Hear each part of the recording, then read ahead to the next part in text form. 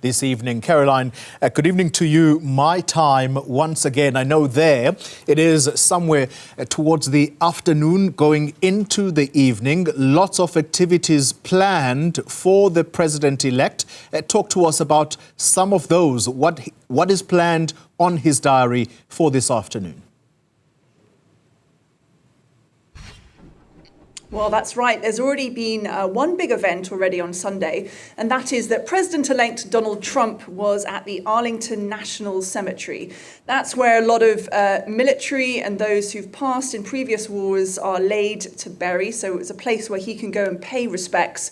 An annual event that does happen for a lot of dignitaries here, but especially important just before he is inaugurated back to be President of the United States. In about 3 hours' time from now, we can expect the big event of Sunday, the actual rally celebration itself, to kick off at Capitol Arena. That's a big sports arena in downtown Washington, D.C., right in the heart of the Capitol, where up to 20,000 people can fit into the space to watch Donald Trump speak live. This is really the main event for him on Sunday, the only opportunity really that he has to speak directly to fans and supporters, because of course the weather is preventing him from speaking out to the public on Monday. The inauguration has been moved indoors. So in Capitol Arena, we can expect Trump to be speaking to a lot of the people that, potentially voted for him, that helped him to get back into power with this historic election, and also helped him to get more power than he had before, because the Republicans, his party, now do control both the Senate and the House. And so that really does give him a stronger mandate to do what he might want to do going forward. Caroline, as my introduction to you said a little earlier, the world is somewhat apprehensive about Donald Trump's second term in office, and we've already mentioned that it's a non-consecutive term because he didn't win back in 2020. And that said, do we know whether there are any African leaders that are confirmed to attend the inauguration tomorrow? I can tell you the African National Congress in South Africa, which is the party of Cyril Ramaphosa, the president of our country, it's already said that they have not received an invite, and I'm very doubtful whether the president of South Africa is going to be in attendance there tomorrow. Yeah, it does seem like, unlike usual inaugurations, there will be a lack of international leaders attending this inauguration event.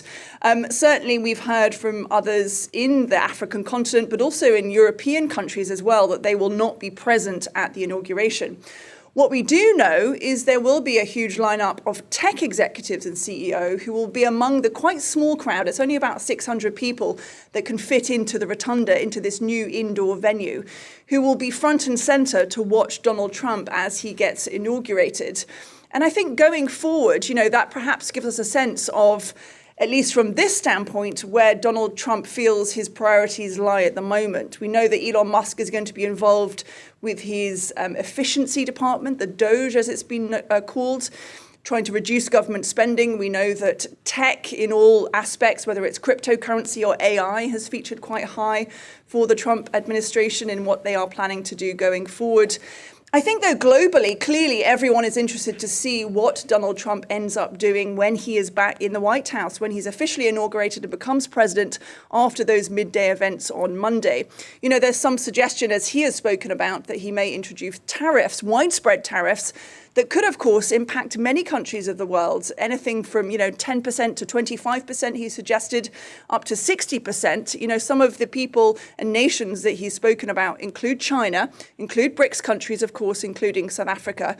So really, I think a lot of people around the world, officials especially, will be waiting to see if Donald Trump does decide to enact this threat of tariffs against imported goods into the United States, because it could not just have an impact on the United States, but on the global economy as well. Indeed. Thank you very much for your time. Caroline Malone, our correspondent in Washington, D.C.